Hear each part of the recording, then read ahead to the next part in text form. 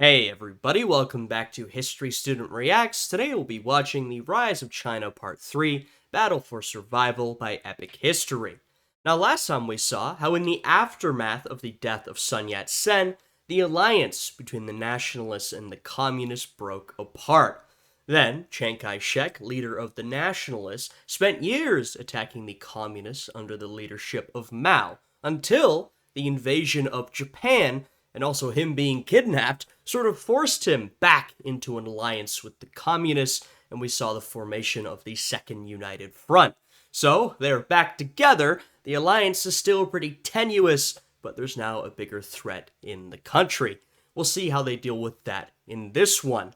Now, if you guys end up enjoying this one, I'd appreciate it if you'd leave a like on the video, subscribe to my channel, and check out my Patreon, which is linked down below.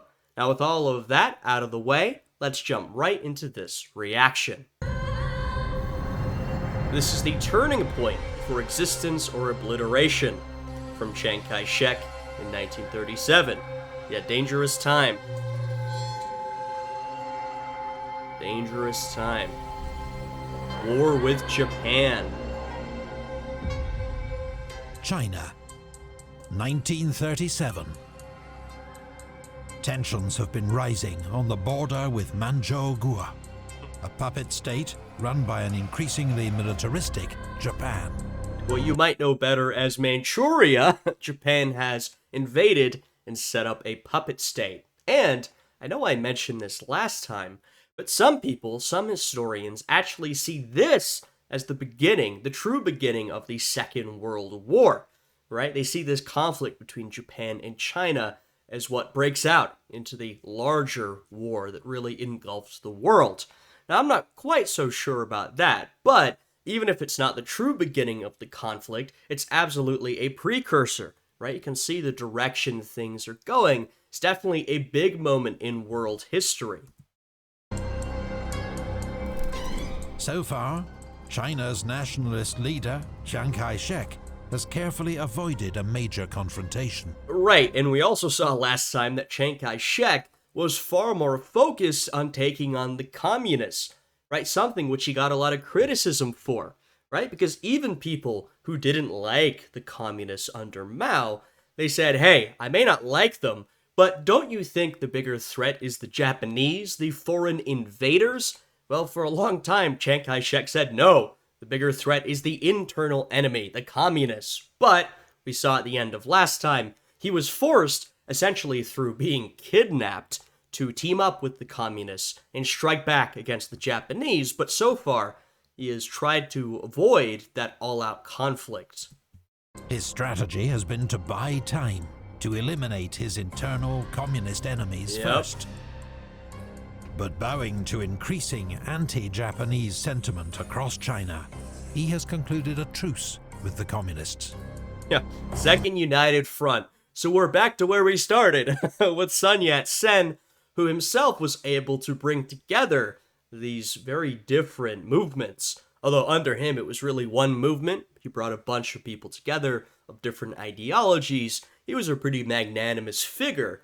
Now, this alliance, it's probably even more tenuous than the first one, though even under Sun Yat-sen, it was a little shaky between the communists and the nationalists, now even more so, right? These guys don't like each other. Chiang Kai-shek has been striking against the communists for years, but they've teamed up to take on the bigger enemy, Japan, right? Because of pressure from a lot of people saying to Chiang Kai-shek, hey man, take on Japan instead. By the way, I am a little sick right now, so excuse me. Have to clear my throat during this video. On the 7th of July, at the Polo Bridge outside Peking, there's an argument over a missing Japanese soldier. Uh-oh. And shots are fired.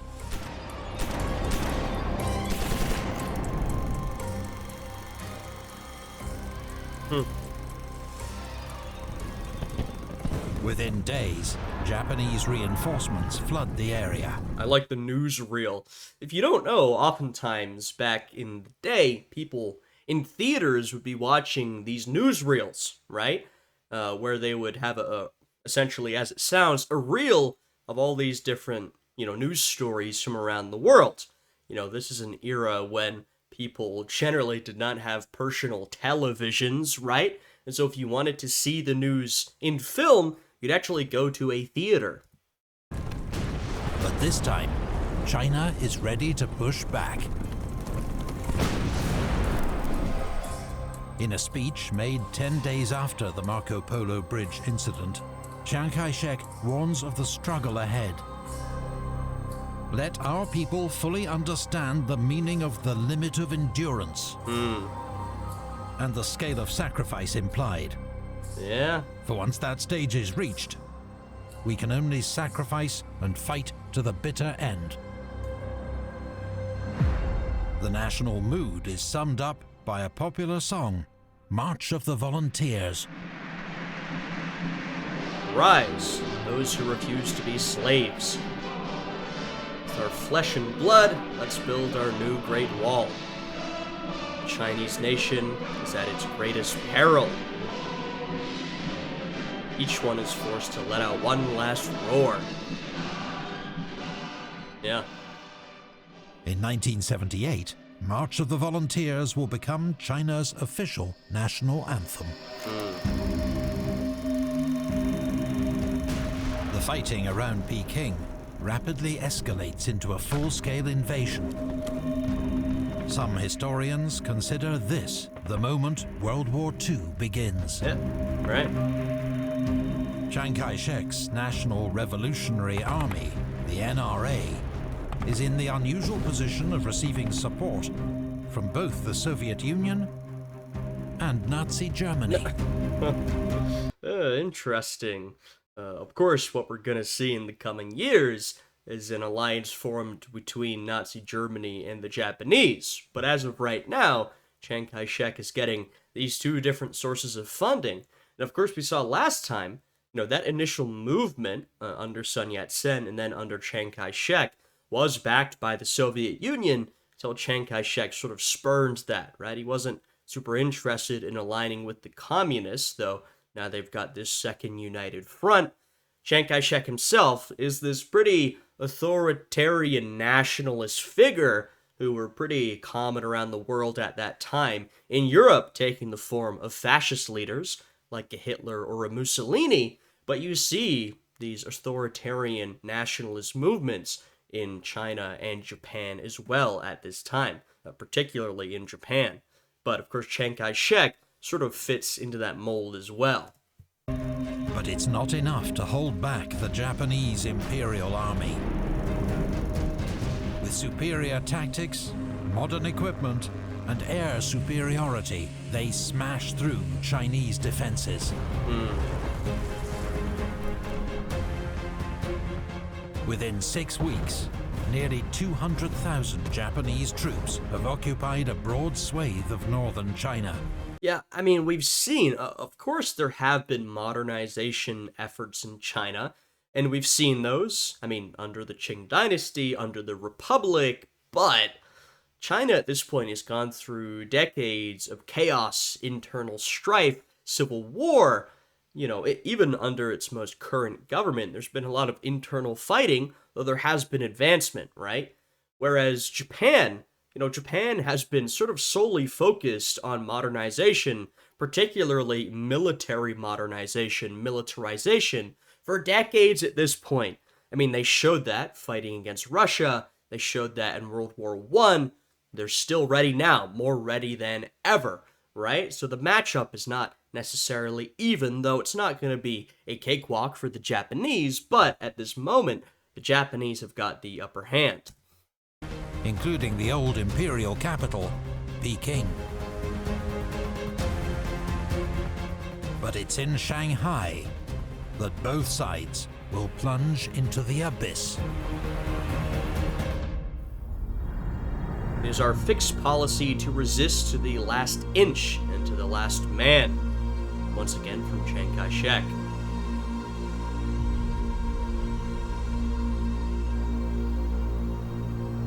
Battle of Shanghai.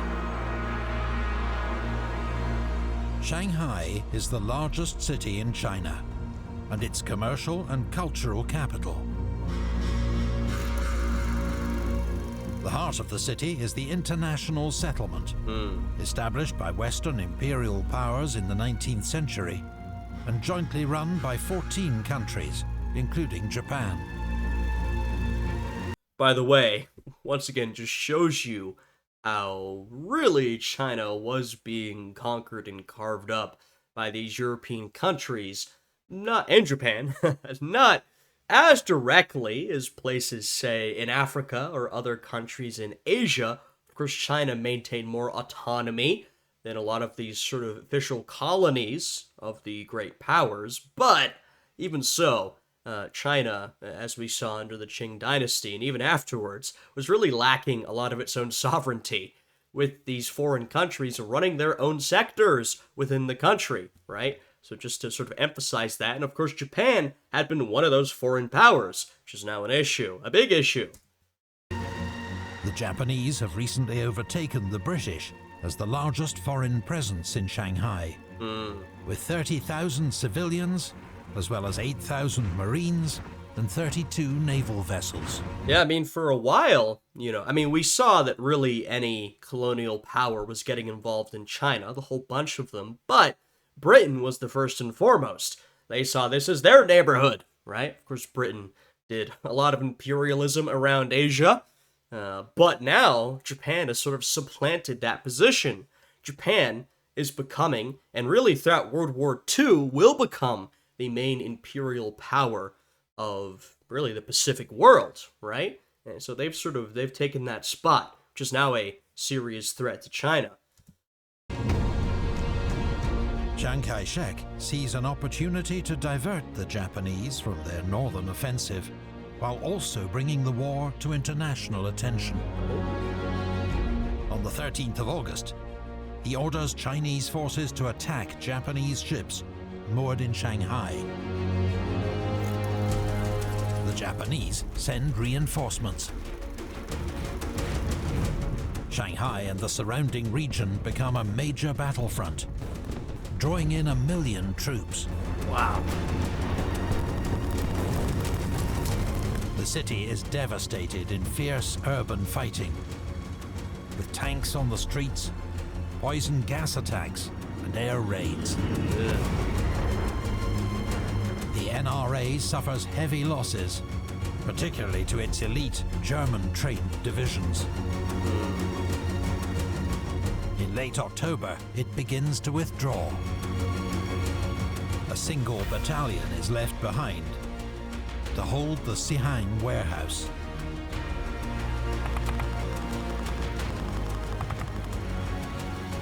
In desperate fighting, the Suicide Battalion holds out for 6 precious days.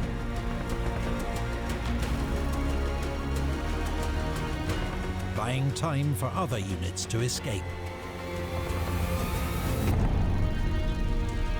So a pretty costly strategy, but you can imagine how this might draw some international attention to the conflict. Not that there wasn't already international attention on it.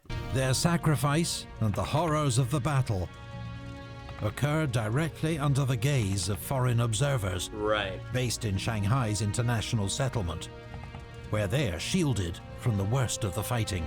Right, and of course Japan had already attracted international condemnation for its actions, right? I mean, following the First World War, Japan found itself a little dissatisfied with what it had gotten, as many countries did. It was a member, initially, of the League of Nations, which is a sort of proto-UN, this international body created really along the plans of Woodrow Wilson following the First World War to try and prevent future conflicts. Didn't really work. And of course, the United States didn't actually join up because Congress didn't want to, even though it was the plan of the United States president. Anyway, Japan had left the League of Nations in 1933, right? Because some of the other countries in there were saying, hey, you can't just go out conquering territory. And Japan said, can't I? And they left. Right? So Japan had already attracted a lot of that international condemnation.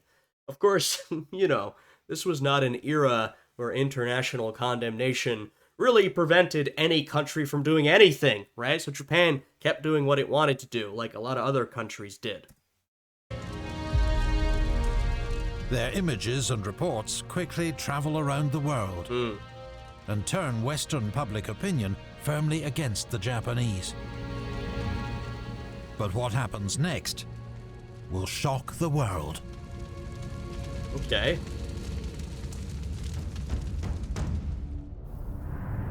In all modern history, surely there is no page that will stand so black as that of the rape of Nanking. Yeah, this is dark.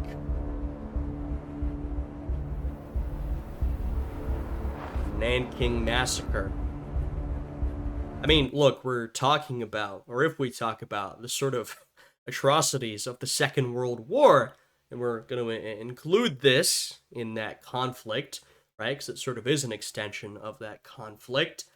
Really, some of the stuff we see here, the atrocity the Japanese commit, they really rank up there. You know, of course, or I shouldn't say of course, at least in the West, there is a lot of focus on these atrocities committed by the Germans, right? The Holocaust, and for good reason. But I do think sometimes there isn't quite enough attention drawn to the Pacific Theater, right? The front over there, Japan. There were a lot of massacres and a lot of atrocities that I know are not forgotten over in Asia. They're very well remembered in China, Korea, Japan, in sort of different ways, you could say. But in Europe, and in America, the focus tends to be on Europe, which makes sense. It's what we were most involved in. But, I mean, there's this whole other side to the conflict here. Japanese forces pursue the retreating NRA to the new nationalist capital, Nanking. After a ferocious 4-day battle, they enter the city on the 13th of December. The few Westerners inside the city form an international safety zone to shelter themselves and some of the local population. But most Chinese civilians are left to the mercy of the Japanese. For 6 weeks, Japanese soldiers go on the rampage, looting, torturing, raping, and murdering. The numbers are disputed, but between 50,000 and 300,000 civilians are killed. I mean, listen to that. That is insane. That's an insane scale, right? Now, of course, once again, thinking about the atrocities throughout the entirety of World War II, of course, in Germany, you have this sort of industrial killing machine, right? That the Holocaust is, where you're feeding these people through concentration camps, death camps. What we have here is, I guess in some ways, a more sort of traditional form of looting and pillaging, where you conquer a city, you go in, and you massacre everybody. But the scale here is extraordinary, and you're seeing, and you'll see this throughout the conflict, a massive number of people being killed, abused, raped, tortured, right? The atrocities are truly immense in scale. Around 30,000 Chinese prisoners of war are shot in mass executions. Others are decapitated, or buried alive, or used for bayonet practice. Bodies are piled up in the streets, burned, and dumped in the Yangtze River. The International Safety Zone is managed by German businessman and Nazi supporter John Rabe. He is appalled by the violence and hopes Hitler will intervene to stop the Japanese. Funny. Instead, the fall of Nanking convinces the Nazis that Japan is the stronger partner. Yeah, Hitler has the exact opposite reaction, which, if you know anything about Hitler, you shouldn't really be surprised. He sees this and he's like, oh, Japan, they're a strong military partner. He was not bothered by all the killing and raping and massacres, sort of unsurprisingly. You know, he's literally Hitler. And Germany cuts off its military support to China. The rape of Nanking appalls the world. It is condemned by the USA and League of Nations, the international body dedicated to maintaining world peace. But their words are not backed up by action. No, they're not. And once again, Japan had literally years ago left the League of Nations. And the League of Nations, you could say much like the UN today, often does not back up its words with action, or often does not have the mechanisms to back up its words with action. I mean, it's this international talking body where you can pass as many resolutions or votes as you'd like, but if you don't actually do anything, there might not be much meaning to it. And that's what we see here. We have the strongest condemnation of the actions of Japan, but, nothing, at least by the League itself, is actually done. Now, of course, in the long run, lots of powers will get involved in this, as all of this spirals into the Second World War, but the League of Nations, doesn't do an incredible amount here. Atrocities become a feature of the Japanese war against China. Yeah. I mean, hey, if you're, say, an American soldier during World War II, it's pretty well known that, of course, if you're in Europe, you do not want to be a prisoner of war of Germany, and if you're over in the Pacific, you do not want to be a prisoner of war of Japan. You're not going to be treated well. The systematic use of rape as a weapon of war. Forced prostitution on a massive scale. Yeah. And the use of chemical and biological weapons on civilians and prisoners of war. I mean, once again, it's really horrific stuff. And, there's a reason this war is so ingrained in the consciousness of the entire world, just the scale of the brutality, once again, from the unimaginable horrors happening in Europe at this time, to the horrors we see here out in China and the rest of Asia.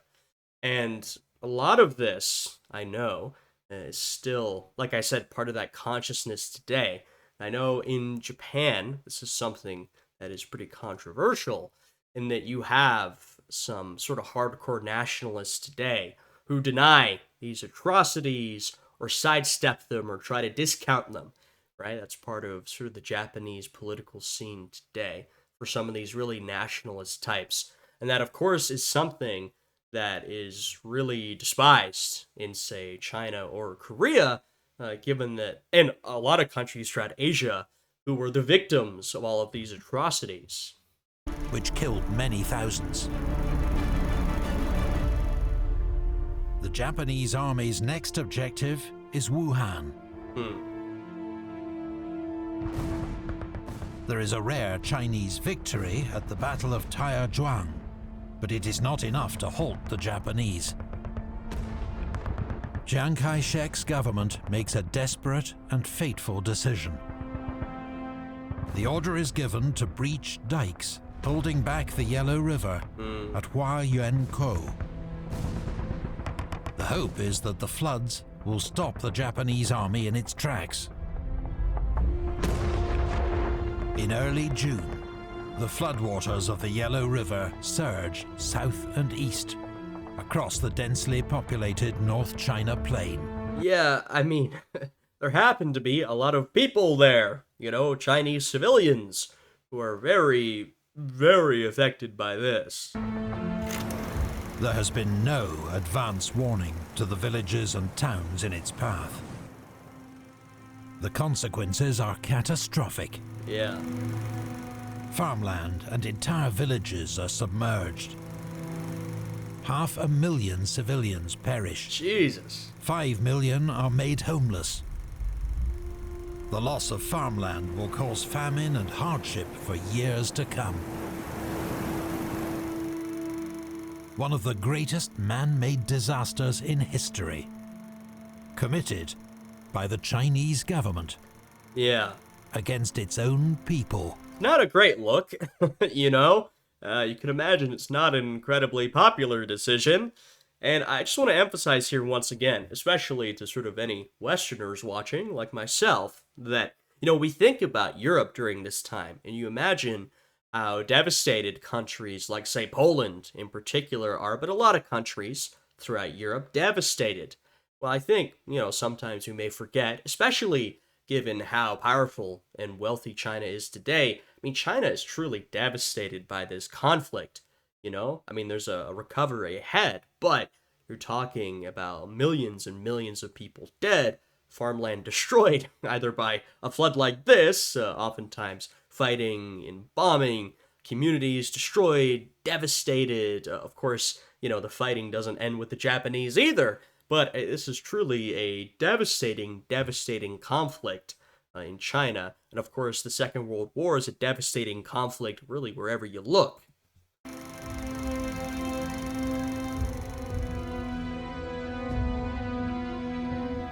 The floods failed to stop the Japanese, who merely bypassed the affected areas.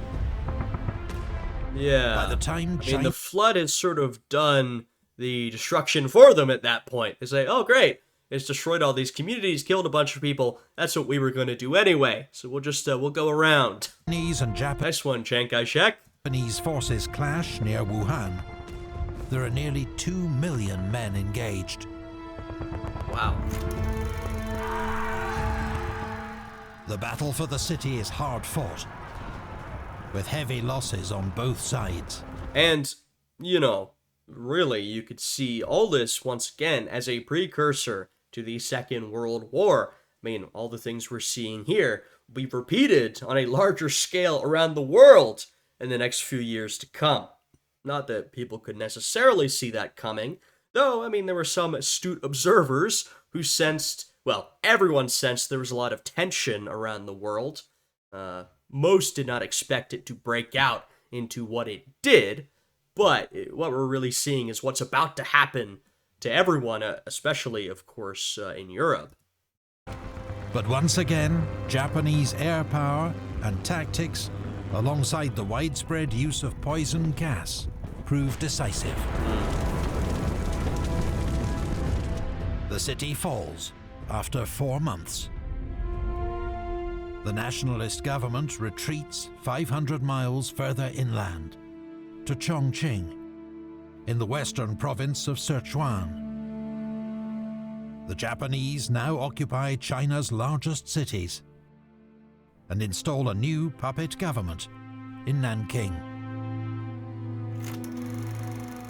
But despite its victories, the Japanese army is too exhausted to land another major blow. Yeah, I mean, like I said, it's not like... I mean, look, Japan is cutting through China, but it is taking them resources as they go. It's not like this is a cakewalk for them. There are difficulties, a lot of supplying to be done. We see here, Chiang Kai-shek, the Chinese government, they're essentially trading space for time. They're backing away from a lot of their territory in order to buy more time and buy the survival of their government, but they have lost a lot of territory at this point. We saw really the entire sort of eastern chunk of China there. They've had to back off, retreat deep into the interior of the country. So, you know, Japan is of course facing some difficulties, but things are really not going well for China at this point. The war enters a stalemate. Historians label this conflict the Second Sino-Japanese War. The Chinese call it the War of Resistance.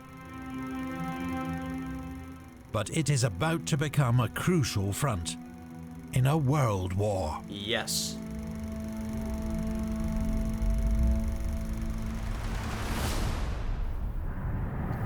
As the rising sun melts thinly frozen ice, so the Japanese army is overcoming Chinese troops. That's the sort of Japanese perspective on this at the time. World War II. How about that? By 1939, China's only major foreign backer is the Soviet Union. It provides crucial supplies, and its pilots and aircraft make up most of the nationalist air force. I'll just remind y'all, as I said previously, of course we have this sort of united front here, though once again the nationalists and the communists don't love each other within China, but the movement, the KMT, the Kuomintang, has got the support of the USSR. And what I'm going to remind us is that the USSR was not exclusively supporting communist movements around the world. Of course, when we think of their sort of foreign support, we think of them funding, these communist militias or guerrillas around the world, but they would fund a lot of these different movements, governments, resistance movements. They didn't always have to be communist, right? So there are a lot of examples of them funding these sort of anti-colonial movements or whatever that are not necessarily communist or maybe communist in part. We've seen the USSR has been backing the nationalist movement in China for a while.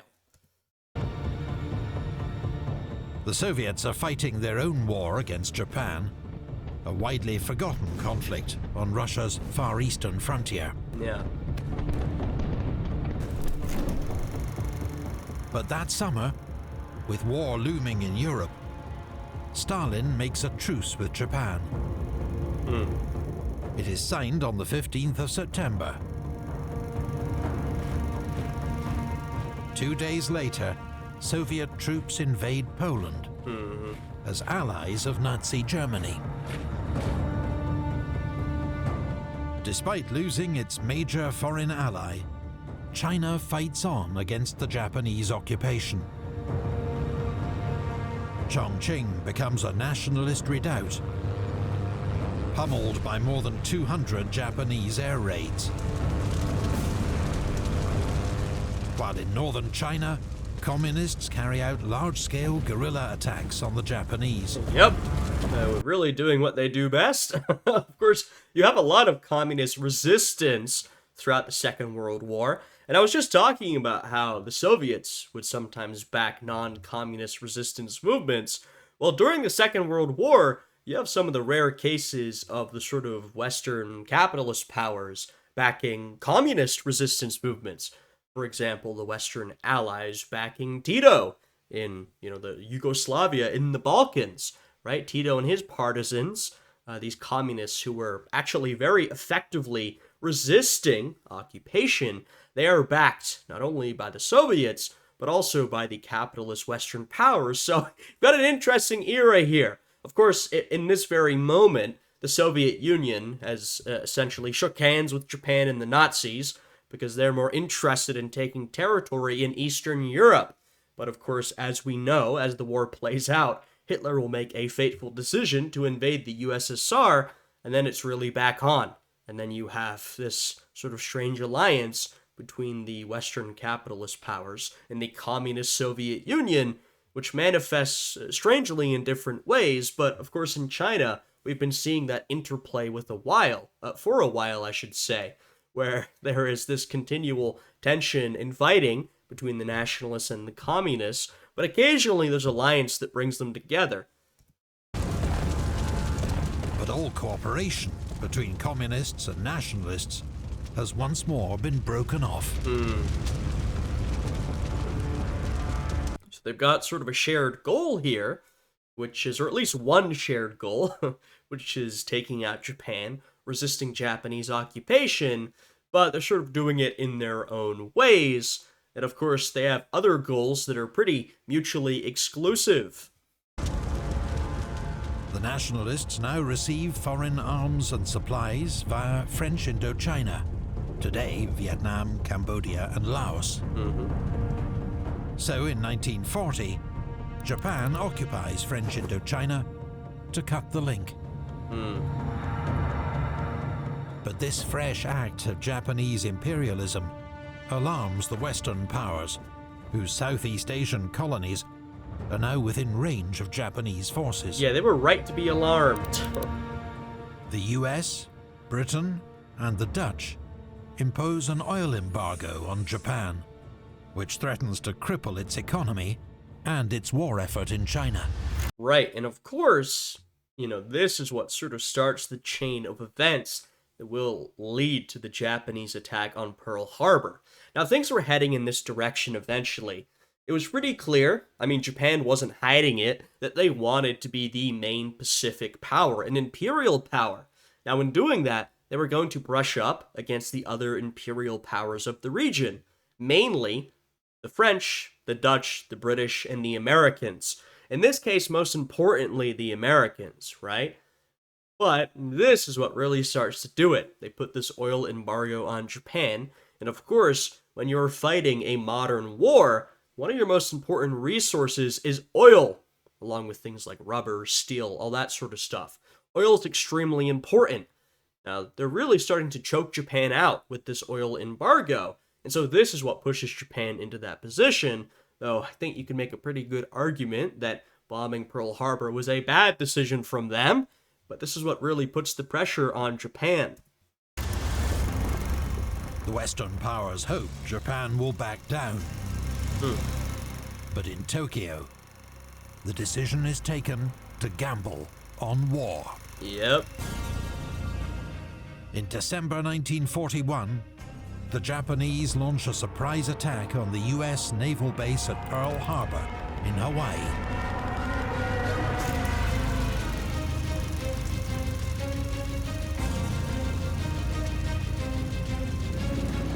They simultaneously bomb US and British bases across Southeast Asia.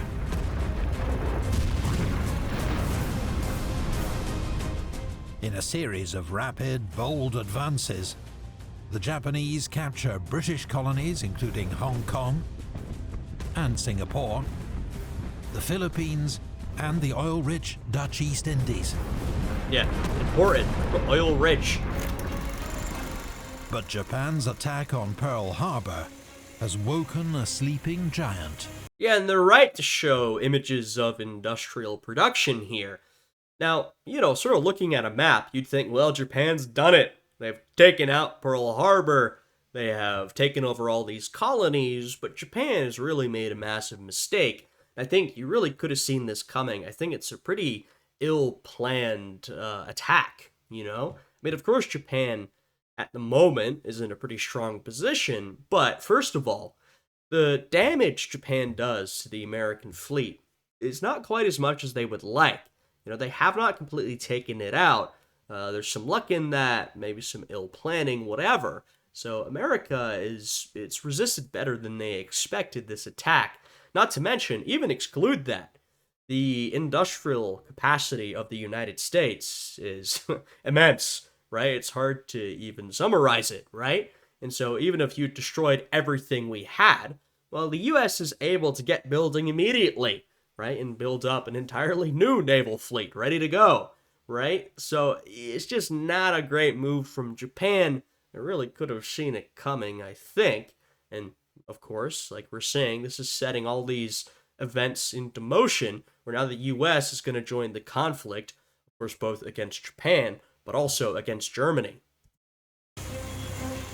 Within a year, US factories are turning out more vehicles, ships, and aircraft than all the other combatant powers put together. Yeah, listen to that. China will... sometimes when people talk about the war effort, I mean, this is sort of a glib sort of summarization, but there's some truth to it, where people will say, well, the Soviets are giving the manpower, right? I mean, the amount of men they send into war is immense, and the US is providing the material, right? The weapons, the tanks, the vehicles, right? The US has got its industrial capacity, the USSR has got its manpower. There's some truth to that. Be one beneficiary, receiving more than $1.5 billion worth of armaments as part of the US Lend-Lease program.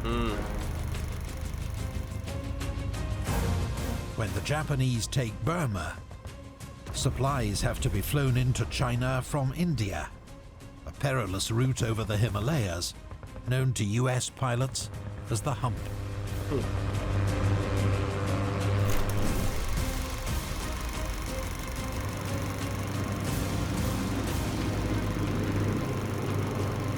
And of course, I think Britain is the most famous beneficiary of the Lend-Lease Act, but really throughout the conflict, the US is sending a lot of arms, weaponry, vehicles to its allies, importantly, the Soviet Union, and in this case, China. Chiang Kai-shek also receives a new chief military advisor, the famously acerbic US General Vinegar Joe Stilwell. Yeah. Stilwell regards Chiang as a stubborn, ignorant, prejudiced and conceited despot. Not wrong. The loathing is mutual. Chiang, like many, finds Stilwell's arrogant and overbearing manner hard to stomach. Fair. Further aid comes in the form of Major General Claire Chennault's famous Flying Tigers. This elite squadron of American volunteers has remarkable success against the Japanese Air Force. As the war goes on, more US air units arrive in China, leading to the construction of several US air bases. China is now one of the 4 major Allied powers, alongside the US, Britain, and Soviet Union. In November 1943, Chiang travels to Cairo, Egypt, to attend a conference with British Prime Minister Winston Churchill and US President Franklin Roosevelt. Chinese resistance is tying down nearly 1 million Japanese soldiers. Wow. And they assure Chiang of increased support, though in reality, neither sees China as a priority. Yet help is desperately needed. Yeah, I mean, look, we saw in this series that China was involved in the First World War, more in the fact that it was sending a lot of workers and material and things like that. And they really felt like they were not appreciated for that involvement, and they really weren't. They were overlooked by the Western powers. Now here, China's playing a much bigger role in this Second World War, and they're still feeling like they're being overlooked by their Western allies. What remains of the Chinese economy is collapsing, with rampant inflation, corruption, and a devastated industrial sector. The nationalist government is struggling to pay its soldiers, who desert in growing numbers. Just as Japan is preparing to launch its largest operation of the war. Well, I mean, there's a reason the US is able to pump out all these weapons and supplies. I mean, of course, it's got this incredible industrial capacity, #1 in the world, but also it is avoiding being bombed to pieces in the same way that China or Europe is, or Britain, America's able to avoid that bombardment and able to keep its factories going at a massive level.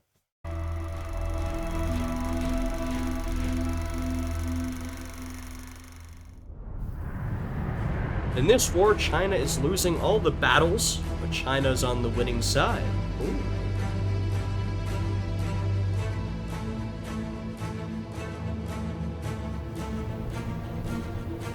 Operation Ichigo. April 1944. Japan is on the back foot against the Allies in the Pacific. It hopes to salvage the situation with a massive offensive in China to link up northern China with Indochina and destroy US airfields in the south that are used to bomb Japan. Well, at this point, Japan has sort of been stuck in this quagmire of a couple of years. There's been a stalemate against the Chinese forces. Now, once again, it's not been going great for China, but Japan has really been tied down. And now they're getting pressure coming in from all sides, and that pressure will increase in the coming months, right? Pressure from the Soviet Union, pressure, of course, from the United States, right? So Japan, they're in that pressure cooker. They got to do something to alleviate that pressure. The codename is Operation Ichigo. Weakened Chinese forces break under the onslaught. Several US air bases are taken, and the connection between north and south is established by October. Wow. Once more, the Chinese military suffers enormous losses. Jesus. Defeat is another blow to Chiang's reputation. But when Stilwell demands that he be put in direct command of all Chinese forces, Chiang gets him replaced. Yet US faith in Chiang is fraying. Yeah. Some contrast nationalist corruption and incompetence with the success of the Chinese communists, who continue to wage their guerrilla warfare campaign against the Japanese in the north. Yeah, and Chiang is never really ruled by his own popularity. We saw, even when times were better, he was this pretty heavy-handed authoritarian ruler who more ruled through fear than anything else. And now that things are not going great, the flooding of all that land, his failure here, a lot of the people of China are not super enthused by his leadership. A lot of his allies, his foreign allies, aren't either. And a lot of people in China, they turn or start turning towards the communists, right? Who they see as these more successful guerrilla fighters who've been camped out in the countryside, fighting back against the Japanese, of course in a much more piecemeal manner, but they are these partisans, these resistance fighters, right? Like I said, the communists were pretty good at that, right? Like Tito in the Balkans, here you have the Chinese communists, and people are feeling like they're doing a better job of combating Japan than Chiang Kai-shek is. But the success of Operation Ichigo comes too late to save Japan. Well, right. And maybe if this was done a lot earlier, Japan would be in a different situation, but it's 1944, right? So we're in a different spot than we were much earlier in the conflict. In the spring of 1945, the last major Japanese offensive in China is defeated. And Chinese troops counterattack.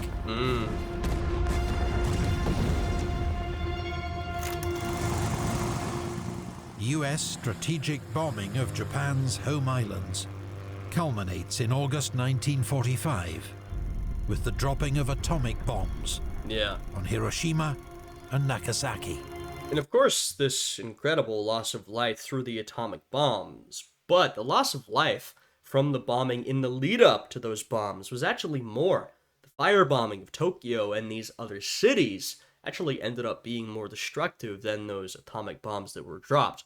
But of course, the reason the atomic bombs made such an impression was the amount of life lost in one single blast and the sort of impacts in the aftermath, right?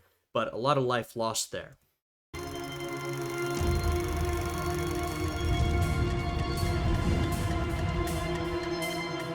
Simultaneously, the Soviet Union invades Manchuria.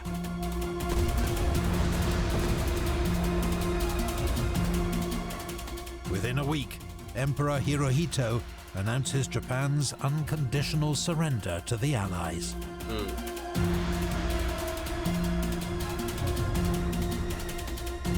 The Second World War is over. The death toll is staggering. Sheesh.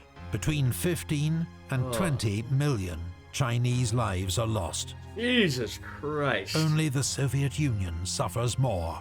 Yeah, I mean, that shows you, right? I mentioned earlier, the Soviet Union is known for the amount of manpower they put into this conflict. So only the Soviets suffer more in terms of lives lost, right? I mean, tens of millions of people. It's an incredible loss of life. Then there is the multitude of wounded, the refugees, and the destitute. I mean, like I said earlier, I was trying to impart the devastation that this conflict caused, right? Really for a lot of the countries involved, but China is absolutely devastated by this. We saw the tens of millions of casualties, people injured, traumatized, made refugees, they've lost their homes. I mean, this is a country really torn up by this conflict that now in many ways has to sort of rebuild and remake itself. The country will have to undergo complete reconstruction. But who will lead it is still to be settled. Yeah, that's the question.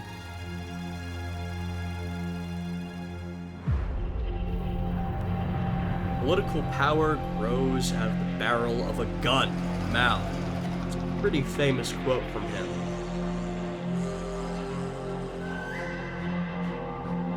I think he's probably right as well. Civil War. Yeah. Fighting's not done yet, folks. Japan's defeat leaves a vacuum in China, which both nationalists and communists rush to fill.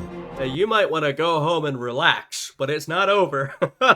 You know, we saw that alliance between the nationalists and the communists, it had already sort of broken down, but while they had a shared enemy, they were more focused on that than each other. Well, that shared enemy is now gone. What do you think they're going to do? They're going to say, oh, well, everything's fine. No, they're both going to try and be the one who takes over this post-war China, who will be in charge of that rebuilding and that reconstruction, right? There's an opening. From the Soviet Union, the communists receive Manchuria and captured Japanese weaponry, while the US and Britain fly nationalist forces into northern and eastern China. The Cold War is beginning. You know, sometimes we sort of date the beginning of the Cold War to sort of more near the end of the 40s or the 50s when everything starts really rolling into motion, but frankly, from even before the war was over, there was a lot of suspicion back and forth between the capitalist Western powers and the Soviet Union. I mean, Churchill in particular was very worried about the communist influence in the East. And so, while things don't ramp up for a bit, there's sort of a Cold War or a proto-Cold War already sort of beginning at this point. In an effort to prevent open conflict, Chiang Kai-shek and Mao Zedong meet for US-sponsored talks in Chongqing. Yeah, that'll go great. The agreement they reach is short-lived. As Chiang Kai-shek remarks to his aides, the sky cannot have two suns. In 1946, civil war erupts as Chiang launches an assault on the communist-held north, led by his elite US-trained divisions. The nationalists make advances, taking Shanyang and the communists' wartime base in Yan'an. But the communists weather the storm, avoiding major battles and sticking to their wartime guerrilla tactics. I mean, I think if you had to guess in this moment who would win, your money would probably still be on the nationalists. They've got more supplies, more guns, better funded, better supplied. You know, they're sort of the more standard army of the two forces. The communists are really relying on their guerrilla fighters. But I will say, what the communists have shown is absolute resilience. I mean, throughout this conflict, even before this conflict with the Long March, they've shown that they can survive anything, right? They can hunker down wherever they are, in the city, in the countryside, and they can resist whoever they need to resist, right? They've proven that fighting against the nationalists, and especially fighting against the Japanese. Now, like I said, I think you'd still put your money on the nationalists in this moment. Of course, we know that's not how things will go, but there's definitely a intense conflict brewing here that's just begun. And in rural areas, their program of land reform attracts many thousands of peasants to their cause. Yeah, right. In contrast, the nationalists have been burnishing their reputation for incompetent and corrupt government. Yeah, the nationalists are really losing support for reasons we've already talked about, right? Some of the actions taken during the war, which killed a lot of people, corruption, incompetence. They weren't super popular before the war, so the nationalists are not incredibly popular. Whereas the communists, though despised and feared and hated by some, they're loved by many, right? They have a lot of support, especially among the peasants of China, who like the land redistribution, the vast majority of them, and also they feel like the communists stood up for them and fought for them during the conflict. They feel like the communists, they protected or tried to protect these rural areas and fought against the Japanese. right? So that's given them a lot of credibility among these rural communities, which is where they draw a lot of their support from, and that is a growing support at this time. Chinese industry and trade have been devastated by war. But economic mismanagement adds to the misery, Right. causing hyperinflation. Uh-oh. And despite heavy backing from the US in loans and military supplies, the nationalists are rapidly losing support in both cities and rural areas. That's the thing. You can have as much foreign support as you want. Maybe not as much, but you can have a lot of foreign support. It won't necessarily matter if you don't have the support of your own people, especially in a country as big as China. There's a lot of people. If you don't have their support, you're going to have trouble ruling. In 1947, General Lin Biao reorganizes communist forces into the People's Liberation Army, nearly 1 million strong. Mao decides this is the moment to abandon guerrilla tactics and take on the nationalists in open warfare. And they've been building up. They've been building up the size of their forces. They've been getting more weaponry, capturing weaponry from the nationalists. And finally, Mao's decided we no longer have to fight as guerrillas. It'll be more effective for us to fight as a standard army, to take on the nationalists on their terms. That's how much they've grown in power. In a string of successful counter-offensives, the communists capture territory, weapons and supplies, and conscript deserters and prisoners into their ranks. The tide of war is shifting dramatically. In September 1948, the People's Liberation Army launches 3 major offensives. In the first, Lin Biao sweeps the nationalists out of Manchuria. The nationalists lose more than 400,000 men. Only 150,000 are able to escape south. The following month, 2 simultaneous campaigns lead to the capture of Tianjin and Zhuzhou. It is a disastrous winter for the nationalists, who suffer another 500,000 casualties and lose much of their best military equipment.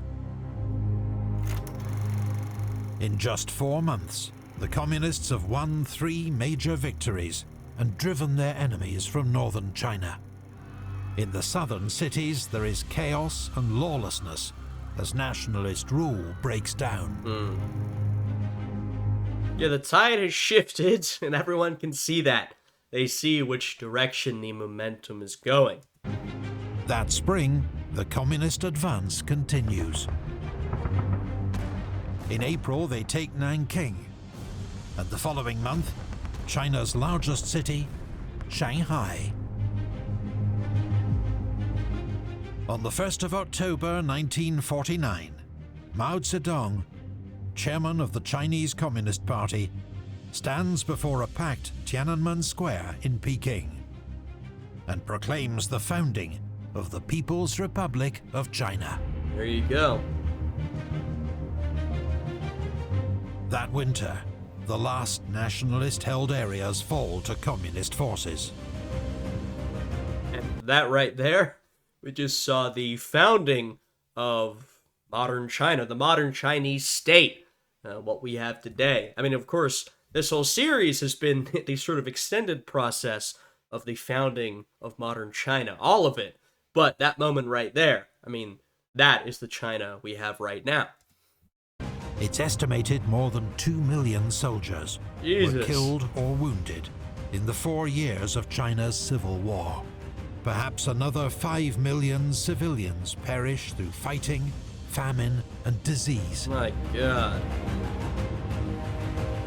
Chiang Kai-shek, alongside some 2 million nationalist troops and many refugees, retreats to Taiwan. And of course, that's why we have the divide between Taiwan and China today. where after this conflict, right, the communists end up winning, the nationalists lose. The nationalists in Chiang Kai-shek flee to Taiwan, and they claim they are still the legitimate government of China, even though they don't control it. And for a while, some of the Western powers, like the United States, recognized them as the legitimate government of China. But then, after a couple decades, it becomes clear they can't operate like that anymore. Then they recognize the communist government as the legitimate government of China. That's where we get the split that we have now, a very politically contentious split between Taiwan and mainland China. One of the last territories still under nationalist control.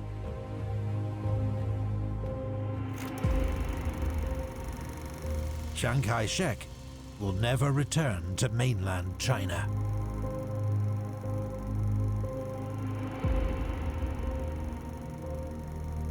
Where Mao Zedong and the Communist Party are triumphant. Now, the work will begin to build a new China from the wreckage of invasion and civil war.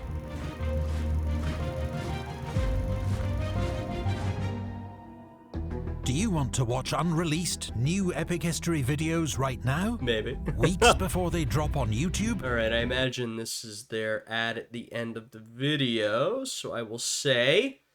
Here, let's go to their link. There you go. I've got their video linked down below. Go check it out. Leave them a like. Check out their sponsor, Nebula. Right? We want to support these channels that make these fantastic videos that we all enjoy. And Epic History thought they did a great job with this one. They've done a great job with the whole series. I imagine the series is continuing after this point. I don't actually know. I don't know if they intended to end it with the end of World War II here and then the takeover of the communists, or if they meant to continue after this point. I hope they do. I'm really enjoying this one. I'd be fascinated to see the continuation of 20th century Chinese history.